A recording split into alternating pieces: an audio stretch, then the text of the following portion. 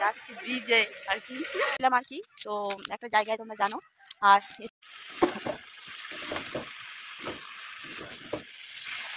এখানে সব বাচ্চারা খেলছে। Hello viewers, welcome back to my channel Priya blogs 813। তো কেমন আছো তোমরা? আশা করি সব অনেক ভালো আছো, আর আমিও খুব খুব ভালো আছি। চলে এসেছি নিউ ব্লগে। তো দেখতে পাচ্ছ আজকে মর্নিং ওয়াকে যাইনি, সকালে রোজ দিনই যাই, বাট আজকে যাইনি। আজকে আমি বাড়িতেই আছি। হ্যাঁ, তবে যাবো, একটু বেরোবো, বাইরে কিছু কাজ আছে, তো সেই কারণে আর কি বাইরে যাব। আর তার আগে বাড়ির কাজ, বাইরের কাজ সব কিছু মিলিয়েই তো করতেই হবে। মেয়েদেরই অনেক কাজই থাকে, কাজ ছোট হোক বড় হোক সব কিছুই কাজ। তো কাজের মধ্যে থাকলেও ভালো লাগে। তো সেই কারণে আমি সকাল সকাল উঠেছি, ভাবছি তোমাদের সাথে একটা ব্লগ শেয়ার করে দিই।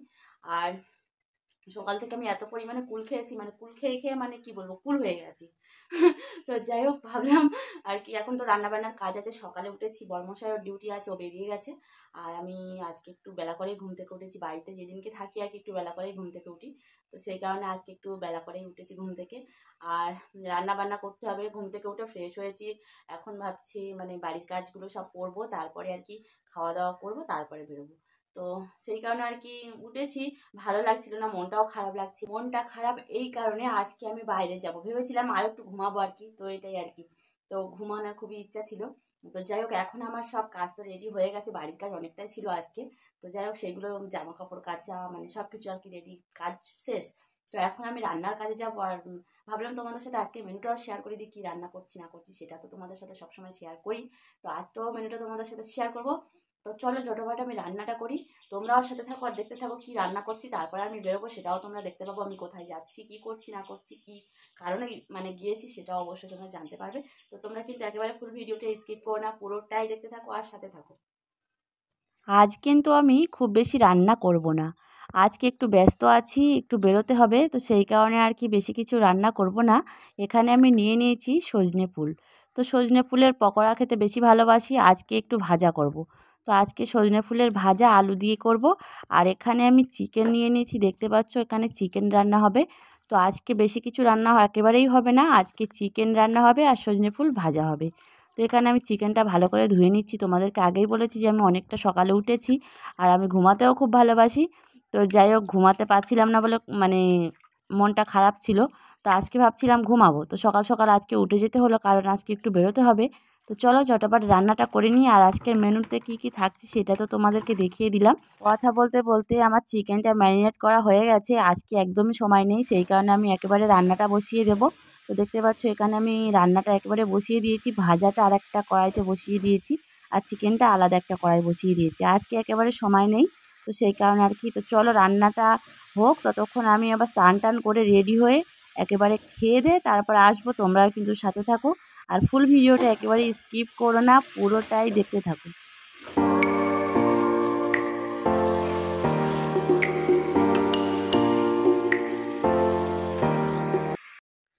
তো আমার রান্নাবান্না কমপ্লিট হয়ে গেছে। তো চলো এখন আমি তাড়াতাড়ি করে রেডি হয়ে নিই, এখন আবার বেরোতে হবে। তো চলো। স্নান করে একেবারে আমি রেডি হয়ে গেছি, দেখতে পাচ্ছ খাওয়া দাওয়াও করেছি। মানে তাড়াহুড়োর মধ্যে দিয়ে আর কি সব কিছু হয়তো তোমাদের সাথে ভিডিওতে শেয়ার করতে পারিনি, যতটুকু পেরেছি তোমাদের সাথে শেয়ার করেছি। আর দেখতে পাচ্ছ আমি এখন রেডি হয়ে গেছি, আর এখন আমি বেরোবো। তো কখন বাড়িতে আসবো সেটাও জানি না। তো আজ সারাদিনে আমি কি কি করছি সব কিছু তোমাদের সাথে কিন্তু এই ব্লগেই থাকছে।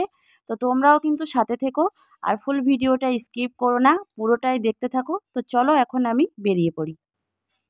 এখন বেরিয়ে গেছি, রাস্তায় আছি দেখতে পাচ্ছ। আর আজকে কিন্তু বর্মশাও যাচ্ছে, ওর আমার দুজনার কাজ আছে, তো সেই কারণে আর কি আজকে দুজনেই যাচ্ছি। তো তোমরা কি কারণে কোথায় যাচ্ছি সব কিছু কিন্তু দেখতে থাকো। তো দেখতে পাচ্ছ ব্যাক ক্যামেরায় তোমাদেরকে পুরোটাই দেখাচ্ছি। তো আমরা এখন মানে রাস্তায় আছি, আর রাস্তাটা খুব সুন্দর লাগছে, আর হাওয়া হচ্ছে প্রচণ্ড। এবছরে মনে হয় শীত যাবে না, কারণ বাইক চালাচ্ছে আরও বেশি ঠান্ডা লাগছে। বাট ভালোই লাগছে আবার ঠান্ডা লাগছে। তো কিছু পেতে গেলে কিছু ছাড়তে হয়, এটা সবাই জানে। তো যাই হোক, সেই কারণে আর কি যাচ্ছি, বেশ ভালোই লাগছে। আর চলে এসেছি পঞ্চায়েতের সামনে। তো এখানে বৌদি দাদা আসবে, ওদের জন্য একটু অপেক্ষা করছিলাম। ফাইনালি বৌদি দাদা চলে এসেছে, তো আবারও আমরা যাচ্ছি বাইকে। তো এখন আমরা যাব ঢোসা।